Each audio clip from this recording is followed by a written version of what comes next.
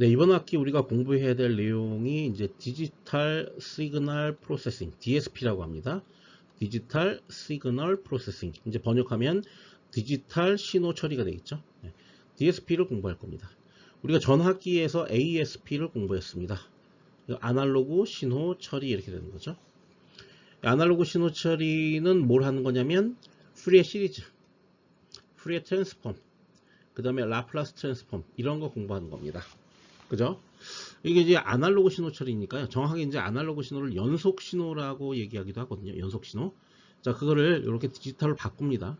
이렇게 바꾸는 과정에서 이제 여러 가지 작업들이 필요한데, 어쨌든 바뀌었다. 그러니까 디지털 신호가 꼭 똑같은 푸리에 시리즈, 푸리에 트랜스폼, 그 다음에 라플라스 트랜스폼의 이제 디스크리트한 버전이 이제 G 트랜스폼이라는 거예요. G 트랜스폼. 이런 것들을 공부하는 게 디지털 신호 처리를 공부하는 겁니다. 이걸 차례차례 공부를 할 거고요. 이 내용 자체가 좀 어려운 편이에요. 우리가 이제 IT 계열의 어떤 교과 중에서 가장 어려운 교과목 중에 하나가 바로 이 신호처리인데요. 저랑 같이 그 단순한 어떤 수식의 전개라기보다는 물리적인 내용을 명확히 이해를 하시면 이 내용이 굉장히 쉽고 재밌습니다. 그래서 물리적 내용의 이해에 중점을 둬서 수학은 보조 작업일 뿐이에요. 그래서 너무 수학의 어떤 그 혼란? 뭐 그런 거에 빠지면 안 됩니다. 그 프레임에 빠지면 안 돼요. 물리적으로 이해하는 게 일단 최우선입니다. 그래서 그런 식으로 이해를 해 나가면 아마 여러분 저랑 같이 한 학기 동안 디지털 신호 처리에 대한 전반적인 내용을 잘 이해하실 수 있을 거라고 그렇게 이제 믿고 싶습니다. 그래서 먼저 이제 1주차에서 우리가 공부할 내용은 이제 표본화입니다. 표본화. 제가 이제 먼저 간단하게 말씀을 드리면 우리가 이제 연속 신호라고 하는 것, 연속 신호가 있습니다. 연속 신호 이거를 이제 아날로그 신호라고 부릅니다. 아날로그 신호. 이걸 연속 신호라고 부르고, 자, 이걸 뭘 하냐면요. 표본화를 합니다. 표본화. 표본화는 뭐냐면 주기적으로 연속 신호, 시간 신호를 샘플링, 주기적으로 이제 표본을 뽑아내는 작업입니다. 그게 표본화예요. 그럼 이게 뭘로 바뀌냐면 이산 신호로 바뀝니다. 이산 신호. 이산 신호는 영어로 뭐냐면 디스크리트입니다. 디스크리트, 이산 신호. 자, 요걸 또 한번 뭐 하냐면 양자화라는 걸 수행합니다. 양자화. 그럼 뭐가 되냐면 이제 비로소 디지털이 되는 겁니다. 디지털 신호. 그래서 디지털 신호 이렇게 되는 거죠. 양자화. 자, 이걸 뭘 한 번 더 하냐면 여기서 이제 부호화를 합니다. 부호화. 그럼 뭘로 되냐면 디지털 코드가 됩니다. 코드. 디지털 코드는 101010 이런 패턴이죠. 완전히 디지털로 바뀌는 거죠. 연속 신호는 시간축에서 뭐 이렇게 된 형태였는데 이게 1010으로 바뀐다는 얘기예요. 그 과정 중에서 필요한 작업이 표본화. 이걸 우리가 영어로 샘플링이라고 하고요. 양자화. 이걸 영어로 퀀타이제이션. 그 다음에 부호화는 엔코딩 이렇게 부릅니다. 이 과정을 거치면 디지털 코드로 완벽하게 바뀌게 되는 거죠. 지금 이번 섹션에서 공부할 건 뭐다? 요놈이다. 샘플링. 요놈 공부하는 거다. 표본화. 그 양자화는 언제 공부합니까? 양자화는 나중에 공부합니다. 나중에. 그래서 디지털 신호 처리를 여기 보면 이제 신호가 두 가지가 있어요. 이 디스크리트 신호하고 디지털 신호. 이게 굉장히 헷갈리는 개념인데 디지털 신호 처리라는 교과목이 어느 책에 보면 이산 신호 처리라고 되어 있는 경우도 있어요. 이산 신호 처리는 원래 디지털 신호 처리는 디스크리트 시그널 프로세싱인데 디지털 신호는 디지털 시그널 프로세싱인데 이산 신호는 디스크리트 시그널 프로세싱이라 불러요. 그러니까 디스크리트라는 게 이산이라는 거죠. 이산. 그죠? 정확하게는 이제 이산 신호 처리가 어떻게 보면 더 맞는 개념일 수도 있어요. 우리가 이론적으로 공부할 때는 이산 신호 처리 개념으로 공부하고 그걸 실제로 컴퓨터로 구현을 할 때는 이제 양자화까지 거친 디지털 신호 처리로 구현을 하는 형태로 되어 있거든요. 네. 그래서 이론적으로 수학적으로 공부할 때는 디스크리트 신호 처리라는 게 이산 신호 처리라고 하는 게 더 정확한 표현일 수도 있습니다. 어쨌든 이 과정을 거치게 된다. 지금 1주차에서 해당하는 건 요 샘플링에 대해서 할 거고 2주차 이후부터 요 퀀타이제이션 얘기를 할 겁니다. 그죠? 그래서 완벽하게 디지털 신호로 변환이 되었다라고 생각하고 이게 다 이해가 된 다음에 그 다음부터 이제 아까 얘기했던 트랜스폼 시리즈, 그 다음에 G 트랜스폼 이런 것들을 공부해 나가게 되는 거죠. 그거에 대한 전초 작업으로 여기 있는 내용들을 하나하나 이해를 해 나갈 겁니다. 네, 그럼 먼저 차례를 보도록 하겠습니다. 먼저 차례에서는 최초의 아날로그에서 디지털로 변환하는 전체적인 과정, 앞서도 잠깐 얘기했지만 이거에 대해서 좀 더 구체적으로 얘기를 하도록 하겠습니다. 아날로그에서 디지털로 변환하는 과정의 가장 첫 번째 것이 이제 샘플링이라는 건데요. 샘플링. 이제 우리나라 말로는 표본화. 요걸 이제 2.2절에서 살펴봅니다. 시간 영역에서의 표본화 정리를 계속해서 살펴보고요. 사실 이제 표본화 정리는 시간 영역에서 관찰을 할 수도 있고 주파수 영역에서 관찰을 할 수도 있습니다. 어쨌든 이 두 가지는 전부 다 도메인이 시간입니다. 시간인데 이걸 갖다가 이제 시간 영역에서 샘플링을 했을 때, 표본화를 했을 때 시간 영역에서 관찰한 것, 그리고 그걸 푸리어 트랜스폼에서 주파수 영역에서 관찰한 것, 이 두 가지를 알아볼 겁니다. 자, 이거에 따라서 우리가 이제 보통 샘플링 정리라고 그래서요, 표본화 정리라고 그래서 요건 이제 표본화 샘플링 율이고요. 1초에 몇 번 샘플링을 하겠느냐. 자, 요거는 이제 우리가 표본화의 대상이 되는 아날로그 신호, 연속 신호의 최대 주파수거든요. 그 최대 주파수의 2배 이상으로 샘플링을 해야 된다라는 표본화 정리, 샘플링 정리가 있습니다. 이게 왜 이렇게 돼야 되는지 그걸 좀 더 자세히 알아보도록 하겠습니다. 그 다음에 마지막으로 매트랩 실습을 이제 설명을 하겠습니다. 자, 첫 번째 섹션입니다. 아날로그 투 디지털 변환에 대해서 얘기를 한번 해보겠습니다. 자, 보통 이제 우리가 연속 신호라고 부르는 거요. 이제 그거를 아날로그 신호라고 부르기도 합니다. 일반적으로 여러분들은 아날로그 신호라는 말에 더 익숙해져 있을 텐데요. 그걸 연속 신호라고 표현하기도 하고요. 영어로는 이제 continuous signal. continuous가 연속이라는 뜻이고요. 아날로그 시그널이라고 불러도 됩니다. 자, 수학적인 이제 노테이션 이렇게 x, 스몰 x에 t, 가로 열고 t, 가로 닫고 이런 식으로 우리가 표현을 합니다. 이게 이제 아날로그 시그널이고요. 이 그림상에서 보면 검은색 검은색 선으로 되어 있는 거 요게 이제 아날로그 시그널입니다. 아날로그 시그널이 쭉 펼쳐져 있습니다. 자, 표본화 주기가 어떻게 되면 ts가 1초입니다. 그럼 자, 0초일 때 한번 표본화, 1초일 때 표본화, 2초일 때 이렇게 표본화를 해 나가고 있죠. 이렇게 검은색 동그라미. 그죠? 이렇게 되는 거죠.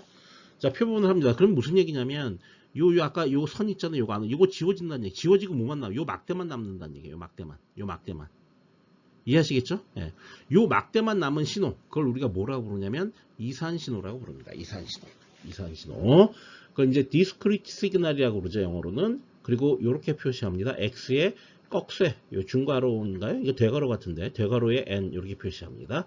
그때 n은 정수다. 왜냐하면 여기 0초, 여기 1초, 2초, 여기 3초니까 요 안에 n에 들어갈 거는 전부 다 정수로만 들어가야 됩니다. 이해하시겠죠? 네. 그럼 다시 이제 돌아와서 표본화 주기 1초 간격으로 샘플링을 한다. 샘플링을 한다는 게 표본화를 한다. 그런 얘기입니다. 자, 표본화 주파수는 어떻게 되느냐? 여기 보시면 이제 이렇게 표본화를 한다고 그랬어요. 샘플링, 표본화, 샘플링을 하기를 원래 여기 NTS 자리에 원래 T가 있던 겁니다. 요 T가 이렇게 NTS로 바뀌는 거죠. 그럼 T 콜 NTS 이렇게 되는 거죠. 그죠? 그러니까 요 N에 정수를 계속 넣게 되면 요 TS가 처음에는 N이 0일 때는 0이고요. 그 다음에 1이면 그냥 TS고요. 저기 N이 2이면 2TS고요. 3TS고요. 그러니까 여기가 0이고요. 여기가 TS고요. 여기가 2TS 이렇게 가는 거죠. 쭉 갑니다. 그럼 여기하고 여기 간격은 얼마입니까? TS죠. 여기서 이제 이게 1초인데요. 이렇게. 요 TS를 우리가 뭐라고 부르냐면, 샘플링, 표본화 간격이라고 합니다. 표본화 간격. 자, 이 표본화 간격을 역수를 이렇게 취합니다. 그럼 요거 이제 FS가 되거든요. 왜냐면 시간의 역수를 취한 게 주파수니까요. 자, 이걸 FS를 뭐라고 그러냐면, 표본화 주파수라고 부릅니다. 표본화 주파수. 그런 다음에 여기다가 또 2파이 fs를 합니다. 그러니까 2파이를 또 곱하는 거죠. 그럼 이게 뭐가 되냐면 오메가 s가 됩니다. 그럼 이건 뭐라고 부르냐? 표본화 각주파수가 되는 겁니다. 그죠? 이건 뭐 다 알고 있는 거잖아요. 주기 역수 취하면 주파수, 거기다 2파이 곱하면 각주파수. 그죠? 그 표본화 주파수라고 표현하고 오메가 s가 2파이 fs다 이렇게 해야 되는 거고 2파이 오버 ts다. 왜냐면 요 fs의 역수를 취한 게 ts니까. 근데 TS가 여기서 1초였죠? 그래서 그냥 2파이라고 이렇게 쓴 거예요. 어쨌든 표본화 주파수는 이렇다. 그죠? 표본화 주파수는 표본화하는 빠르기를 얘기한다. 무손실 과정이다 그랬어요. 자, 이 무손실 과정이라는 건 뭐냐면, 자, 이게 여기서 이제 재밌는 게 하나가 나오는 거예요. 아까 아날로그 신호, 연속 신호를 샘플링 하면은 우리가 이제 그 이산 신호로 바뀐다고 설명을 했는데요. 그렇게 되면 뭐만 되냐면 요 막대만 남는다고. 요 막대만, 저 검은색 요 라인이 쭉 있을 텐데 검은색 라인 무시되고 요 막대, 요 검은색 요거 다 지워지는 거예요. 요거 다 지워진다고. 그럼 이제 이게 이산 신호가 됐죠? 그러니까 아날로그 신호가 이산 신호가 됐습니다. 그 이산 신호를 갖고 다시 아날로그 신호를 복원을 할 수 있겠느냐가 문제가 되죠. 네, 그게 제일 중요한 거예요. 왜냐하면 우리가 이제 사람이 귀로 듣거나 눈으로 보거나 하는 신호들은 전부 다 아날로그 신호예요. 디지털 신호를 보는 게 아니에요. 그럼 결론적으로 통신을 한다고 치면 내가 아 여보세요 라고 부르게 되면 그럼 그게 원래 내 음성에서 나오는 거는 아날로그 신호인데 그게 디지털화가 돼서 저 상대방까지 그 신호가 날아가게 되고 상대방의 핸드폰에서는 그 디지털 신호를 다시 아날로그 신호로 복원을 해줘야 돼요. 그죠? 근데 거기서 복원이 안 되면 큰일 나는 거죠. 사람 귀에 들려줄 수 없고 눈으로 보여줄 수 없는 겁니다. 그러니까 그거를 가능하게 하려면 결론적으로 이거 이렇게 디지털로 이산으로 바꾼 게 이 연속 신호로 다시 복원이 될 수 있어야 된다. 이 복원을 이제 reconstruction 뭐 이렇게 부르기도 하는데 이 reconstruction이 가능해야 된다. 재건이죠, 재건. 다시 건설한다. 재건, 복원이 가능해야 됩니다. 그러면 이 표본화 과정은 정말 다시 원 위치로 아날로그 신호, 연속 신호로 되돌아올 수 있는 과정이냐? 아, 그렇다고. 되돌아올 수 있다고. 되게 신기하죠? 요 중간에 요 선을 다 만들어낼 수가 있습니다. 뭐 예를 들어서 이산 신호로 난 이것만 받았는데, 아, 이게 이렇게 되고, 아, 요거 요렇게 되고, 요걸 만들어낸다니까, 요거로. 100% 정확하게 원래 신호가 뭐였는지를 알아낼 수가 있어요. 100% 정확하게. 네. 그래서 그걸 무손실 과정이라고 부르죠. 이거 되게 신기하죠? 아, 이게 일로 갈 때 이렇게 될지, 아니면 이렇게 될지, 아니면 뭐 이렇게 왔다고, 이거 어떻게 알아? 근데 안다고. 알 수가 있다고. 그 과정, 이게 알 수가 있어서 원위치를 정확하게 복원을 할 수 있는 과정이기 때문에 손실이 발생하지 않는 무손실 과정이다. 손실이 발생한다 그러면 원래 보낼 때는 이거였는데, 받을 때는 뭐 예를 들어서 이제 이렇게 받았다 치자고, 이렇게. 그러면은 이만큼, 노란색이 잘 안 보이네. 요만큼 손실이 발생하는 거잖아. 요 영역만큼. 이런 게 없다고. 정확하게 원래의 아날로그 신호로 복원이 가능하다라는 얘기예요. 아시겠죠? 어려운 얘기지만 일단 받아들이셔야 됩니다. 나중에 그게 그렇게 되는 정확히 수학적으로 증명을 해줄 겁니다. 어쨌든 이렇게 이제 표본화를 해서 이산 신호로 바꿨습니다. 저는 보면 이제 여기서 이산 신호, 그림에서 이산 신호를 보죠. 이산 신호를 한번 보시면 뭐 어렵지 않습니다. 이번 이제 요 선 요게 다 연속 신호고 요 막대가 이제 이산 신호가 되는 거죠. 자, 이산 신호를 다시 뭘 하냐면 양자화를 합니다. 양자화. 자, 양자화가 어떤 의미인지 볼게요. 지금 이제 이 신호 같은 경우에는 이 신호가 발생할 수 있는 높이가 대략 6부터 6까지예요. 6부터 6까지 이렇게 됩니다. 요 6부터 6까지를 8개의 레벨로 균등하게 나눕니다. 지금 그림에서는 이게 0.8이니까 0.2, 0.2, 0.4, 0.6, 0.8 이렇게 했죠. 마이너스 0.2, 마이너스 0.4, 마이너스 0.6, 0.8. 자, 이래 보면 요 등간격, 요 간격이 전부 다 같게끔 8개의 조각으로 구분이 될 수가 있겠죠. 그죠? 그렇게 구분을 했습니다. 자, 근데 양자화를 이제 수행을 한번 해보는 겁니다. 양자화 어떻게 수행하려고 하냐면, 자, 요 동그라미 볼게요. 요 동그라미는 맨 위에 있는 여기서부터 요까지 사이의 간격 안에 들어와 있죠. 그러면은 요 간격의 대표값이 바로 요 x로 표시된 요 놈입니다. 이걸로 이렇게 매핑을 하는 겁니다. 이렇게 대표값으로. 그죠? 자, 요것도 한번 보시겠습니다. 요거 같은 경우에는 요 동그라미가 위에서 두 번째 간격에 들어와 있습니다. 그럼 그거의 대표값, 정확하게 이제 대표값이라고 하면 여기서부터 여기까지 간격이 있으면 중앙값 정확하게 얘기하는 거예요. 중앙값으로 이렇게 매핑을 다시 해주는 겁니다. 이게 양자화예요. 이게 양자화야. 그러니까 여기 보시면 이렇게 해서 3비트라는 거는 2의 3승이면 총 8가지의 레벨을 만들어낼 수가 있어요. 그죠? 여기 보시면 이런 거예요. 여기가 000, 001, 010, 011. 그러니까 간격이 이렇게 되는 거죠. 이렇게 간격이 있어서 요 간격 내에 들어오면 000, 이 간격 내에 들어오면 001, 요 간격에 들어오면 010, 이 간격에 들어오면 012 이렇게 되는 거죠. 그러니까 이해보 수치기를 사용했기 때문에 여기서 여기까지는 111, 여기서까지는 110, 여기는 이렇게 하면 총 3비트로 8가지 레벨을 만들어낼 수가 있습니다. 이 밑에까지 쭉 하게 되면. 그래서 이걸 3비트 양자화라고 부릅니다. 혹은 8레벨 양자화라고 부릅니다. 대표값은 얼마냐? 0.8하고 0.7 사이의 중간값이 0.6하고의 사이의 중간값이 0.7이죠. 0.6하고 0.4는 0.5죠. 0.4하고 0.2. 그러니까 여기는 0.3이죠. 여기 이 높이는. 여기 0.1이고요. 여기 마이너스 0. 이렇게 되죠. 그러니까 대표값이 이렇게 된다고. 대표. 거기에다 그 대표값에다가 매핑을 시키는 작업이 양자화 과정이라고. 양자화 과정이라고. 그죠? 자, 양자화 과정은 무손실 과정이 아닙니다. 즉 무슨 얘기냐면 아까 이제 아주 도드라진 것 같고 판단을 해보도록 하죠. 요거 보면 여기서 여기로 이렇게 바뀐다 그러면 다시 밑으로 내려오느냐? 못 내린다고. 얼마만큼의 오차가 생겼는지 모른다고. 양자화는. 그래서 그냥 요 빨간색 갖고 그냥 복원을 해요. 무슨 얘기냐면 실제 복원하려고 하는 신호는 이렇게 복원된다고. 이렇게 요거 연결한 거죠. 이렇게 이해되죠? 무슨 얘기인지. 예. 그럼 뭐야? 오차가 발생하잖아. 그러니까 이건 손실 과정이고 양자화 오차가 발생을 할 수밖에 없다라는 거야. 그거는 발생해야 돼요. 어쩔 수 없어.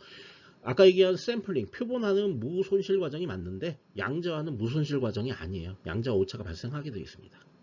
아시겠죠? 자, 그렇게 됩니다. 그거 어쩔 수 없습니다. 양자화 오차 발생하는 거는. 네.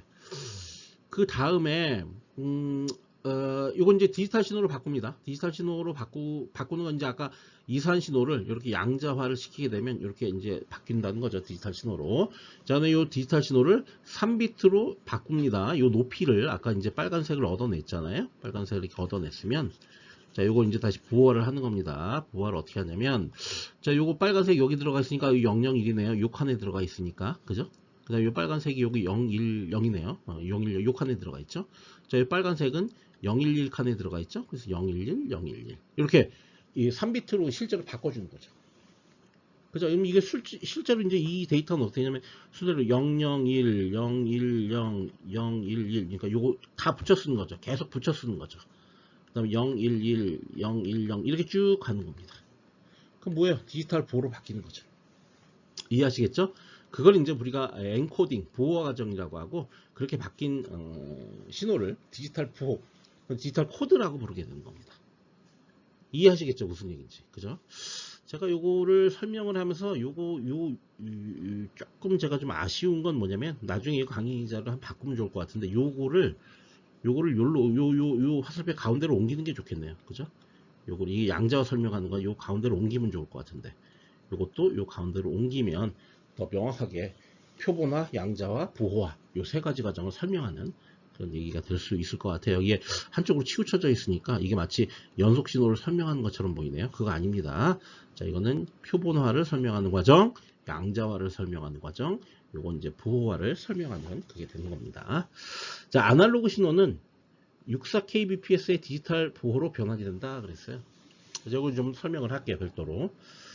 조금 어려운 얘기이긴 한데요. 그래도 한번 설명을 해 보겠습니다. 한번 여러분들도 이해해 보려고 노력을 해 보세요.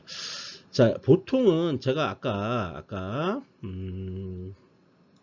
이 간격이 1초라고 얘기했는데 1초가 아니라 굉장히 더 빠르게 양자를 해야 돼요. 표본화를 엄청 빠르게 해야 돼요. 그래서 요 막대가 보통 요 막대들이 쭉 아까 생긴다고 그랬죠. 이 막대가 1초에 몇 개 생기게 해야 되냐면 보통은 8K, 8000개. 8K, 초당 8K입니다. 초당 8K게 생겨야 돼요. 네. 그렇게 샘플링을 빠르게 해야 됩니다. 저것도 사실 굉장히 느린 거예요. 엄청나게 빨리 합니다. 저 샘플링을, 표본화를. 그죠?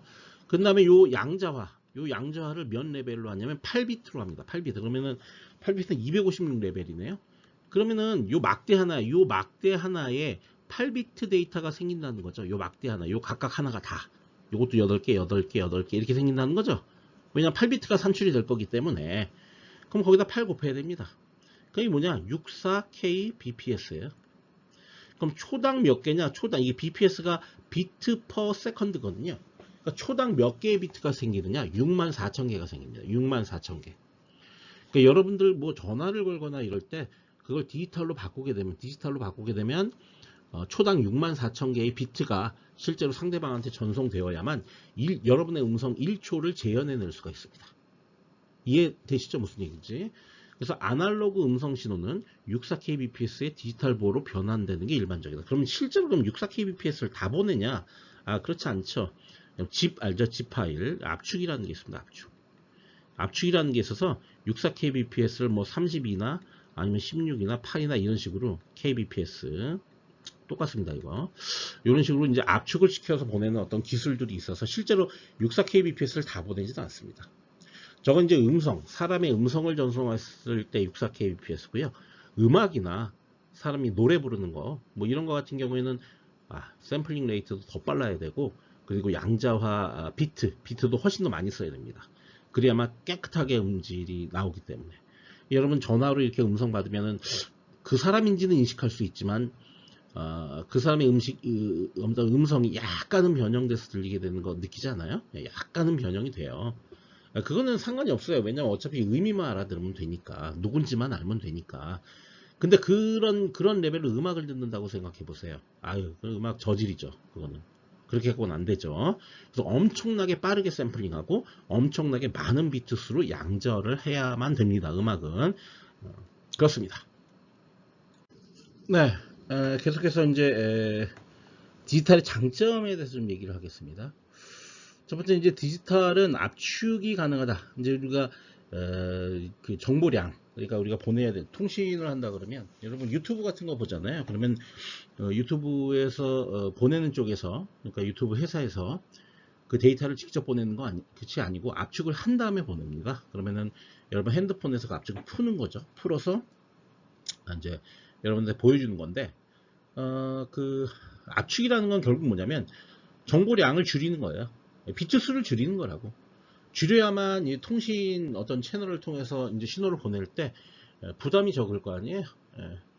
그래서 그 정보량을 줄이는 거를 우리가 압축이라고 부르고 소스 코딩이라고 부르기도 합니다. 소스 코딩. 소스라는 건 원 데이터 소스를 압축을 통해서 데이터량을 줄인다는 그런 의미를 갖고 있죠. 소스 코딩.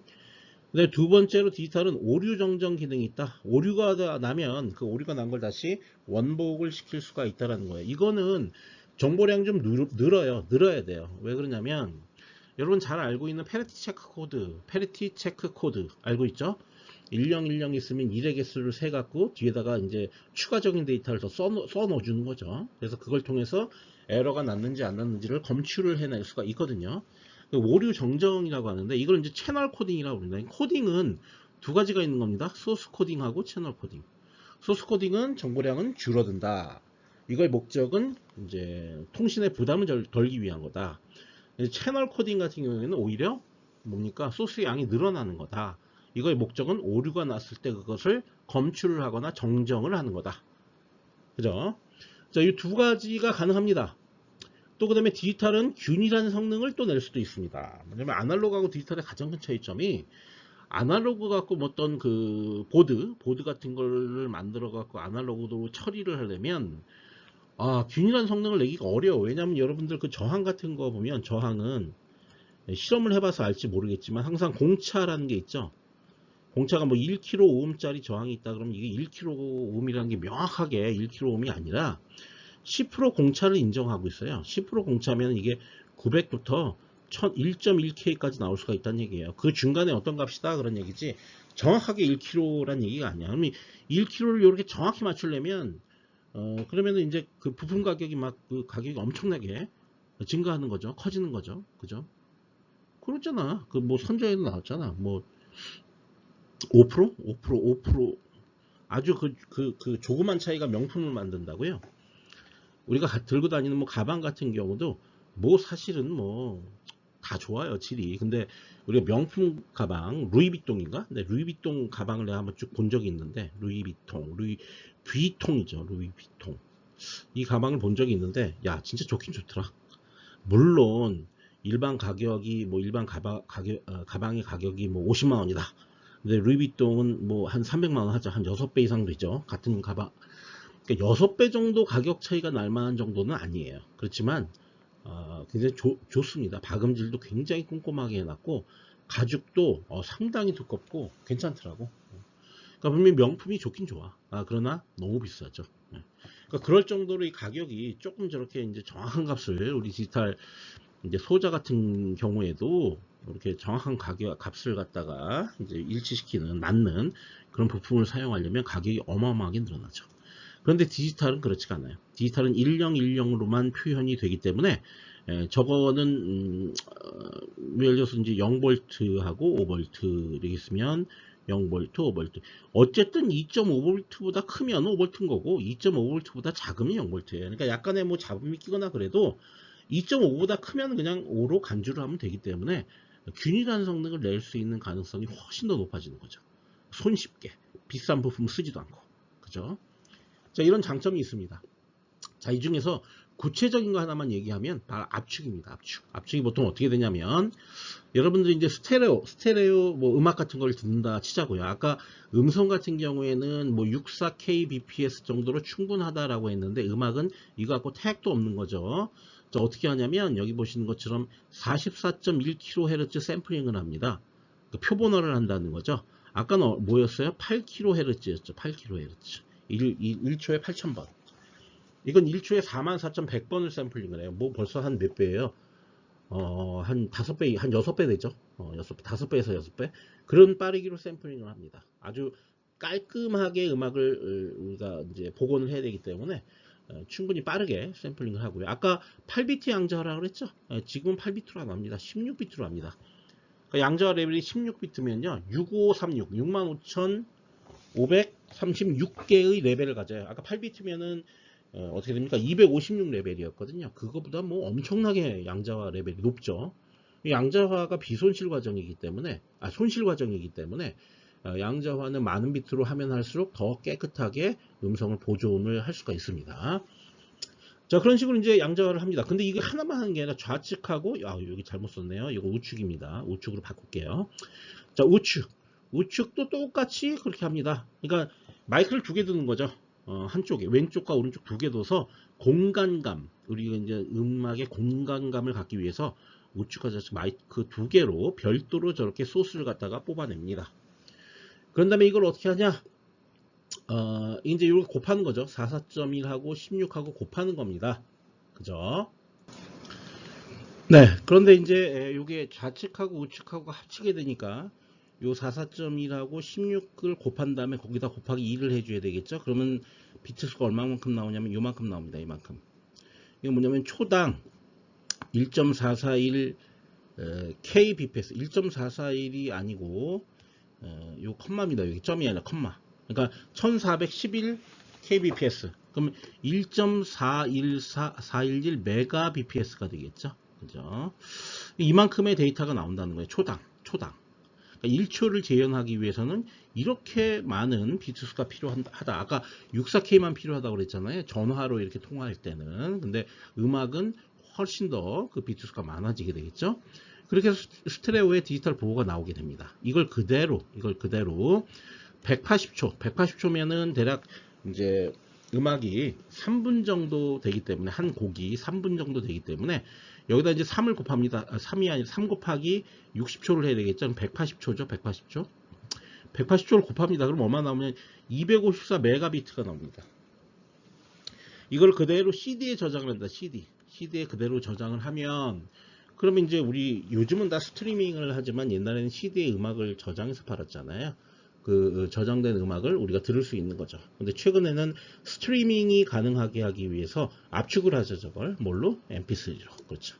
대략 MP3를 하면 한 8분의 1 정도로 압축을 할 수가 있습니다. 8분의 1은 아니라 뭐 16분의 1도 가능하긴 한데, 그러면 음악 음이 많이 깨지니까 잘 이제 뭐 깔끔한 음악으로 들리지가 않으니까 보통 한 8분의 1 정도가 좋습니다. 이렇게 압축을 하면 192kbps mp3 압축을 할 수가 있습니다. 192kbps면 음성 같은 경우 64kbps인데 뭐 근사하죠. 한 3배 정도 되네요. 그죠? 그 정도 스테레오 디지털 부호로 이렇게 전송을 하게 되면 대략 180초의 음악 파일, mp3 파일이면 192 곱하기 이제 180을 해주면 되겠죠. 그게 바로 뭐냐면 34.5 메가bps. 이게 나오게 되는 겁니다. 34.5 메가bps. 그죠? bps가 아니죠. 이게 메가비트죠, 그냥. 왜냐면 180초, 초는 이미 곱해져서 없어졌으니까. 34.5 메가비트. 이건 254 메가비트. 이걸 바이트로 표현하면 또 이걸 8로 나눠야 되죠. 그러면은 여러분이 이제 그 음악 파일에서 볼 때 그게 비트 단위인지 바이트 단위인지 구분을 좀 해야 되겠죠. 바이트일 경우에는, 바이트로 표현할 경우에는 8로 또 나눠줘야 됩니다. 뭐 어쨌든 이런 식으로 우리가 이제 디지털은 압축이 가능하기 때문에 이런 장점을 아날로그에 비해서 가져올 수가 있습니다. 여기 있는 내용들은 이제 좀 상식으로 알아두시면 좋습니다. 자, 이제 이전 섹션에서 아날로그하고 디지털로 변환하는 과정에 대해서 얘기를 했고요. 자, 이제는 그러면은 이 변환하는 과정의 최초의 그 과정인 표본화를 시간 영역에서 한번 관찰을 해 보도록 하겠습니다. 자, 그럼 이제 요 하나의 코사인 파에서 시간 영역이죠. 지금 여기가 여기 x축, 여기가 이제 시간이고요. y축은 그거에 따른 함수, 신호의 형태입니다. 자, 보시면 신호 형태가 이렇게 가고 있죠. 이렇게 가고 있습니다. 이렇게 코사인이죠. 코사인인데 이게 이제 연속 신호입니다. 이거를 샘플링을 합니다. 이렇게 샘플링 하나 하고요. 여기 샘플링 하나 하고요. 여기 샘플링 하나 있습니다. 자, 그러면 요거 원래 메시지 신호, 요 놈의 주파수를 한번 살펴보겠습니다. 원래의 신호, 연속 신호. 연속 신호는 여기서부터 여기까지가 1초인데요. 그죠? 여기가 1초죠? 1초인데 그래서 한 번 스윙을 했죠? 그러니까 얘는 1Hz짜리입니다. 1Hz. 맞죠? 1Hz. 1초에 1번. 요 뒤에 또 있겠죠? 이렇게 계속. 그죠? 그러니까 초당 한 번 스윙을 했다는 얘기예요. 그죠? 자, 그럼 이제 샘플링을 몇 번 했나 봅시다. 샘플링은 여기서 한 번 하고요. 여기서 한 번 하고요. 또 여기서 했는데 사실 요 놈은 어차피 또 여기서 할 거기 때문에 다음 주기로 넘어간 샘플이죠. 이건 사실. 그죠? 이해되죠? 무슨 얘기인지. 그러니까 요건 뭐냐면 두 번째 주기의 요 샘플하고 똑같은 거라고. 그죠? 다음 샘플로 넘어가는 샘플이기 때문에 결국 초당 한 번, 두 번을 샘플링 하게 됩니다. 그러면 요 샘플링 주기는 어떻게 되냐면 2Hz가 됩니다. 2Hz. 이해되시죠? 결론적으로 뭐냐면 우리가 이제 그 표본화 정리라는 게 의미하는 바가 뭐냐면 요게 1Hz면 거기다가 2배를 곱하면 이게 되거든요. 그러니까 2배 이상의 빠르기로 샘플링을 해야 된다라고 하는 것이 표본화 정리예요. 원래 메시지, 원래 연속 신호가 갖고 있는 주파수 대비 그거보다 2배 이상의 빠르기로 샘플링을 해야 된다. 정확하게는 그래서 2배가 아니라 3배가 돼도 되고 4배가 돼도 됩니다. 근데 1.5배, 1배 이런 거 안 된다는 얘기예요. 2배 이상의 빠르기로 샘플링을 해줘야만 된다. 그 나중에 왜 그렇게 해야 되는지 더 얘기할 거예요. 어쨌든 2배 이상의 빠르기로 해야 돼. 만약에 3배로 한다 그러면 여기 샘플링 한번 하고 한 이쯤 한번 하고 또 요쯤 한번 하고 또 여기 하나 하고 이렇게 가겠죠. 그러면 한 번, 두 번, 세 번이죠. 이해되죠? 무슨 얘기인지? 예, 빠르게 해야 됩니다. 원래 메시지 신호보다 2배 빠르게. 그걸 머릿속에 좀 염두에 두시고 그럼 이제 그 말을 수식적으로 좀 유식하게 그럴듯하게 좀 이제 정리를 한번 지금부터 해보겠습니다. 그 말이 여기 파란색 띠에 있습니다. 하늘색 띠에 단일 코사인 파의 표본화는 FM이라는 게 뭐냐? 원래 메시지 신호, 얘 아날로그 신호의 주파수입니다. 그게 1Hz죠. 그걸 이제 각 주파수로 표현하면 여기다가 2파이 곱해야 되죠. 이렇게. 그럼 2파이는 요거는 헤르츠인데, 자 2파이 요 오메가는 단위가 라디안 퍼 세컨드죠. 그죠? 라디안 퍼 세컨드. 원래 이거는 이거잖아. 1 오버 세크잖아요. 헤르츠는 1 오버 세크예요. 그러니까 요 1에다가 라디안 곱한 거죠. 2파이가 라디안이니까. 그걸 곱하면 라디안 퍼 세컨드가 됩니다. 아시죠? 요 신호에 대해서 샘플링 주파수는 몇 배로? 2배. 그러니까 이게 1Hz니까 여기 2 이렇게 되는 거죠. 색깔 다르게 할게요. 여기 2. 그 다음에 요 W하면 2파이니까 이건 4파이. 2배. 이것으로 표본화해야 된다. 2배 더 빠르게 표본화해야 된다. 그죠? 2배 더 빠르게 표본화해야 된다. 이 사실이 엄청 중요한 겁니다. 2배 이상의 빠르기. 그러니까 이건 이 FS가 이건 샘플링 주파수를 얘기하는 건데, 그죠? 샘플링 주파수. 이거는 원래 신호의 주파수. 얘는 원래 신호의 주파수. 얘는 샘플링 주파수. 2배의 빠르기로 해야 된다. 요거는 근데 3배, 요 3, 4, 5 이렇게 3배나 4배나 5배가 돼도 상관이 없어요. 2배보다 더 빠르게 해야 된다는 얘기예요. 2배보다 더 빠르게. 그죠? 그러니까 1.5 이런 거 안 된다고. 1 이런 거 안 된다고. 그죠? 2배 이상. 그렇게 표본화를 해야 됩니다. 이렇게 표본화해야 되는 이유가 뭐냐? 그게 여기 나와 있습니다. 표본화된 이산 신호에서 원래의 연속 신호를 완벽하게 복원할 수 있다는 것이 표본화 정리의 핵심이다 그랬어요. 무슨 얘기냐면 여기 있는 거 샘플링은 이렇게 막 할 수 있죠. 할 수 있는데 결론적으로 샘플링 정리에서 중요한 건 요 막대, 빨간색 막대로 원래의 파형인 요 코사인파를 완벽하게 복원을 할 수 있어야 된다는 게 중요한 거예요. 그렇게 될 수 있게끔 샘플링을 수행해야 된다는 거죠. 그죠? 그게 가능하게 하기 위한, 그러니까 원래의 저 검은색의 아날로그 신호를 완벽하게 다시 복원이 되게끔 하게 하기 위한 최소 조건이라는 게 뭐냐? 2배예요, 2배. 2배 빠르기로 해야 된다고. 그게 복원의 핵심이라고 여기 나와 있잖아. 복원의 핵심, 요거 너무 중요한 거죠. 그게 2배 표본화. 2배 이상이야, 정확하게는. 2배 이상의 표본화. 즉, 표본화는 항상 뭐를 염두에 둬야 되냐? 복원을 염두에 두고 하는 얘기라고. 표본화가 중요한 게 아니야. 복원이 돼야만 표본화라는 게 의미가 있는 거야. 야, 복원도 되지 않는 표본화를 왜 하니? 그 상대방한테 보냈는데 복원이 안 돼. 무슨 의미가 있어? 그죠? 그러니까 복원이 가능해야 된다. 원래의 아날로그 신호를 손실 없이 완벽하게 복원해야 된다. 그게 너무너무 중요한 얘기입니다. 너무 중요한.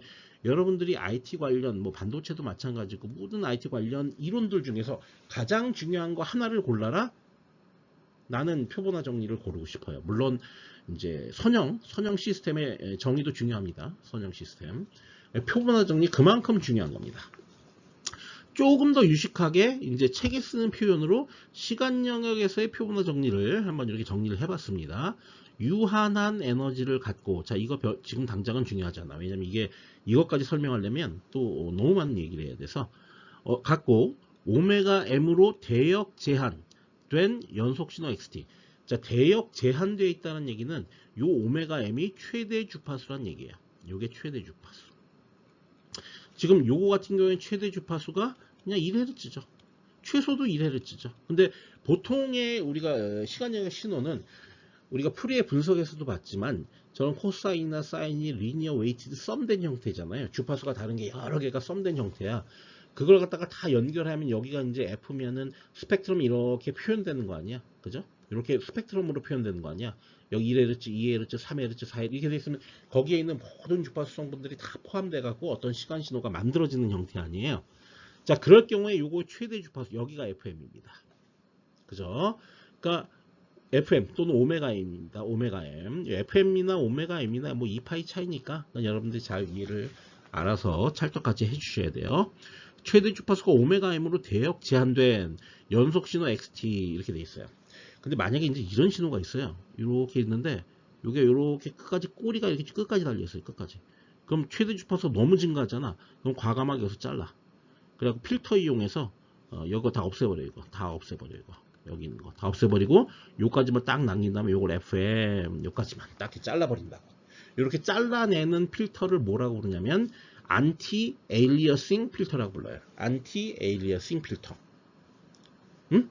안티 에일리어싱. 에일리어싱을 방지하는 필터 이렇게 되는 거 아니야? 안티 에일리어싱 필터 그러면 에일리어싱을 방지하는 필터. 뭐 노래도 있잖아. 안티 프레자일.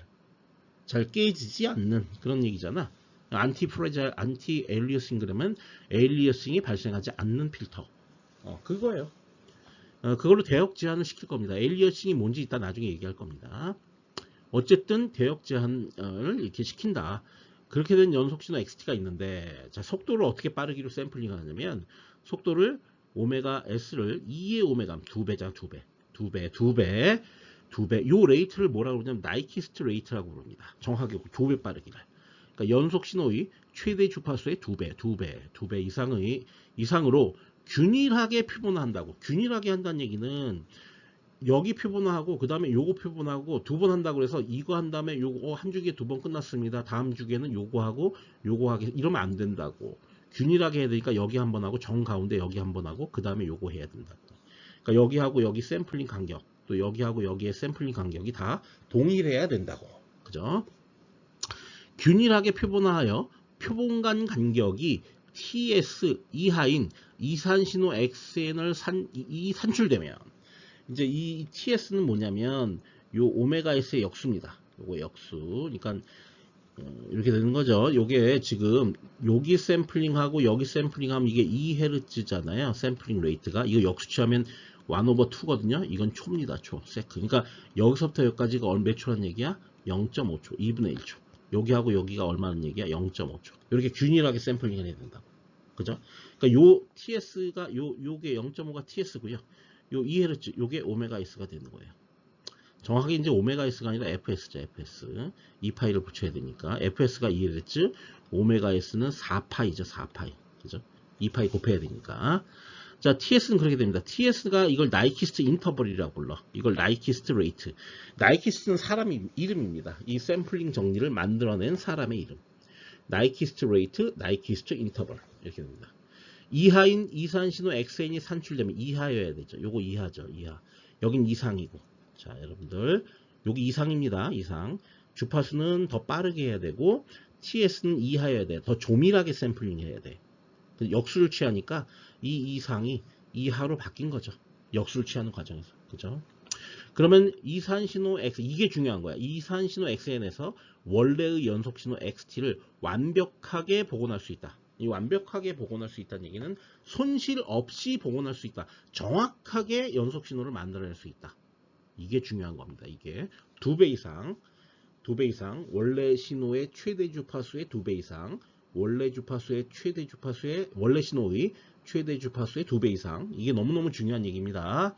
잘 알고 계셔야 됩니다. 자, 그럼 복원이 실제로 된다고 그랬는데요. 어떻게 되는지를 한번 따져보겠습니다. 단일 코사인 파의 복원을 예를 들어서 설명을 드리겠습니다. 이게 이제 원래 이런 신호였겠죠. 이렇게 된 신호. 요걸 이제 이렇게 된 신호였는데 그걸 샘플링을 여기 한번 하고 여기 한번 하고 여기 한번 하고 이렇게 한 겁니다. 이렇게. 그럼 이거는 주파수가 2배 빠르기로 한 거죠. 이렇게 한 번씩 하면 그죠? 2배 빠르기로 샘플링을 했습니다. 그럼 나이키스트 레이트를 만족하게끔 그렇게 샘플링을 한 거죠. 자, 이걸 이상적인 로우 패스 필터를 이용하면요. 원래의 신호 그러니까 요 막대로부터 원래의 연속 신호 검은색으로 표현해 볼게요. 요거를 요렇게 된 놈을 완벽하게 복원할 수가 있습니다. 어떻게 복원하는지 보겠습니다. 여기다 LPF를 통과를 시키는 거죠. 여기 어떻게 통과시키냐면요. LPF는 로우 패스 필터는 주파수 쪽이 이렇게 된 거, 이거 렉탱귤러 아니라 렉탱귤러. 렉탱귤러는 이걸 갖다가 풀에 트랜스폼하면 싱크죠, 싱크. 우리 ASP에서 공부했잖아요. 싱크. 그죠? 자, 그러면은 이제 보겠습니다. 이거 좀 지울까요? 싱크로 복원하는 걸 여러분들한테 보여드리겠습니다. 자, 요거를 여기 이제 여기 어떻게 됩니까? 로우 패스 필터를 통과시키게 되면 이걸 이제 로우 패스 필터를 통과시키게 되면 요 이산 신호하고 그 다음에 로우 패스 필터의 임펄스 응답, 임펄스 리스판스죠? 리스판스랑 뭘 하죠? 컨볼루션을 하는 거죠.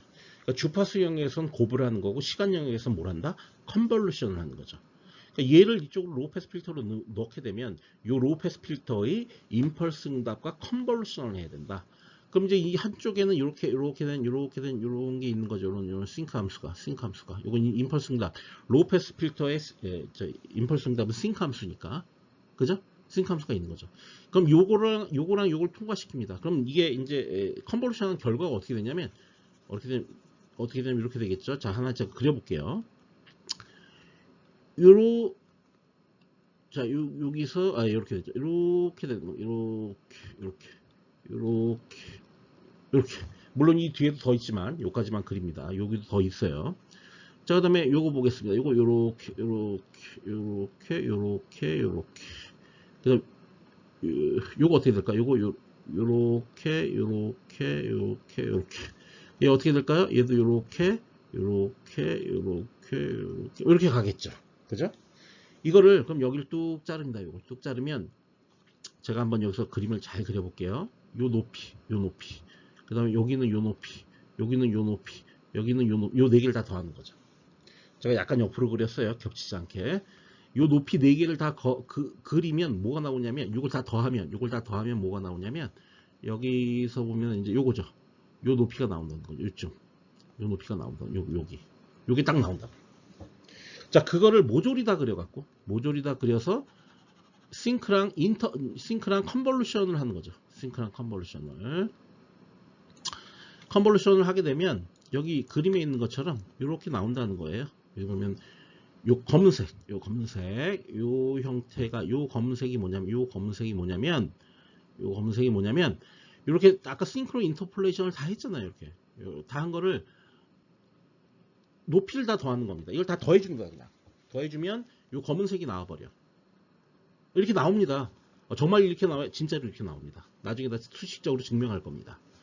그러니까 단일 코사인 파를 복원할 때 이상적인 로우 패스 필터를 통해 이산 신호를 연속 신호로 복원을 해낼 수가 있다. 즉 여기 있는 LPF랑 뭐를 취하는 거다? 컨볼루션을 취하면 된다. 그럼 이렇게 검은색의 원래의 아날로그 신호가 정확하게 복원이 된다라는 얘기를 여기서 꼭 하고 싶은 겁니다.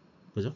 그럼 이 검은색은 어떻게 나오는 거예요? 요 높이, 예를 들어서 요 레벨에서 본다면 요 높이, 여기 막 여러 개 있잖아요. 요 높이 싹 다 더해. 싹 다 더하면 요 높이가 나오는 겁니다. 요 높이. 이해하시겠죠? 이게 더하는 게 어떤 의미를 갖는 건지. 네. 그렇게 되는 겁니다. 네. 그런 식으로 해서 원래의 아날로그 신호를 완벽하게 복원할 수 있다라는 걸 갖다가 지금 말씀드리고 싶은 겁니다. 그죠? 왜 2배 빠르기로 해야 되는지 아직 얘기 안 했어요. 어쨌든 2배 빠르기로 해야 됩니다.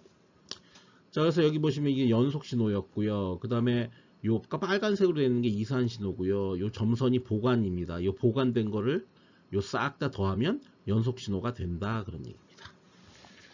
자, 그러면 이건 이제 아주 단순하게 생각하면, 단순하게 이게 로우 패스 필터를 이용한다는 사실을 모르면 이거를 아주 기본적인 방법으로 연결하면 그냥 이렇게 연결하겠죠. 직선으로 이렇게 해서 복원을 하겠죠.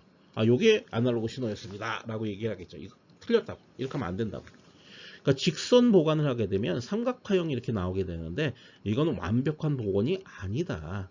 실제로 뭘 해야 되냐면 로우 패스 필터링을 해야 된다. 로우 패스 필터링은 주파수 측에서는 로우 패스 필터의 주파수 응답이 렉탱귤러고 시간축에서는 싱크의 임펄스 응답을 갖기 때문에 싱크 함수와 컨볼루션을 해야 된다. 즉 입력 샘플들, 입력 디지털 이산 신호 이거 전체하고 로우 패스 필터랑 컨볼루션을 해야 된다.